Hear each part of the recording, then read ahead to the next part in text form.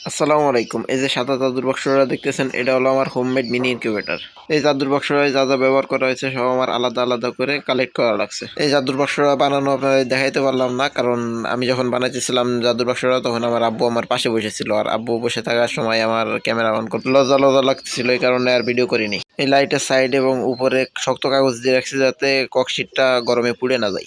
এই জাদুর বাক্সটা আসলে কাজ করবে কিনা তা দেখার জন্য আমি আলাদা করে 35টা মতো ডিম কিনে নিয়ে আসছি কোয়েলের। তো প্রথমে আমি টেম্পারেচার মিটারটা ককশিটের ভিতর পজিশন করে রাখতেছি। ঠিক মাঝ পজিশনে রাখার পরে এরপর আমি দিয়ে দিব তুষ বা কুড়ো।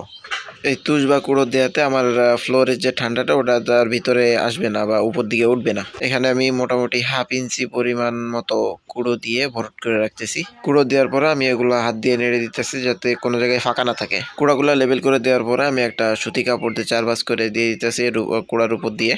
কাপড়টা দেওয়ার কারণ হলো যখন এই লাইটের তাপে পানিগুলো বাষ্প হয়ে ওই ডিমের উপর লাগবে, পরবর্তীতে ডিম যখন ঘুরাই দেওয়া হবে তখন ওই কুড়া যেন ডিমের সাথে লেগে উপরে না চলে আসে, এই জন্য কাপড়টা বিছাই দেওয়ার পরে আমি প্রত্যেকটা ডিম খুব সাবধানে সিরিয়াল করে সাজায় রাখবো। এই যে আমার জাদুর বাক্সটা, এটার শুধুমাত্র আমার টেম্পারেচার মিটারটাই কেনা, আর বাকি সব এদিক ওদিক করে কালেক্ট করা। এই জাদুর বাক্সটা হলো আমার ট্রায়াল বেসিসে বানানো, কারণ এই কিছুদিন আগে আমি 1000 মতো বাচ্চা তুলছি কোয়েলের। তো এখান থেকে ইনশাল্লাহ যখন ভালো কিছু ফিডব্যাক পাবো তখন এইটা আমি কাজে লাগাবো। কয়েকটা ইনকিউবেটর নিজে বানায় বা মিডিয়াম সাইজের একটা ইনকিউবেটর কিনে পরবর্তীতে নিজের জন্য কিছু বাচ্চা বাড়াইতে পারবো, বা অন্য যদি কারোর দরকার পড়ে তো তারে আমি সাপ্লাই দিতে পারবো। তো এটা চিন্তা করেই এই ইনকিউবেটরটা বানানো, এবং নিজের প্র্যাকটিসও থাকবে যে পরবর্তীতে আমি প্রোডাকশন বাড়াইতে পারবো।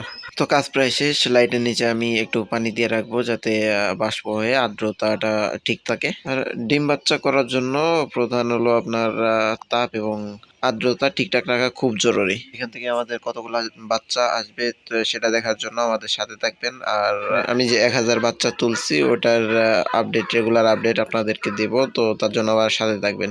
আজকের মতো এই পর্যন্তই। ভালো থাকবেন। আসসালামু আলাইকুম।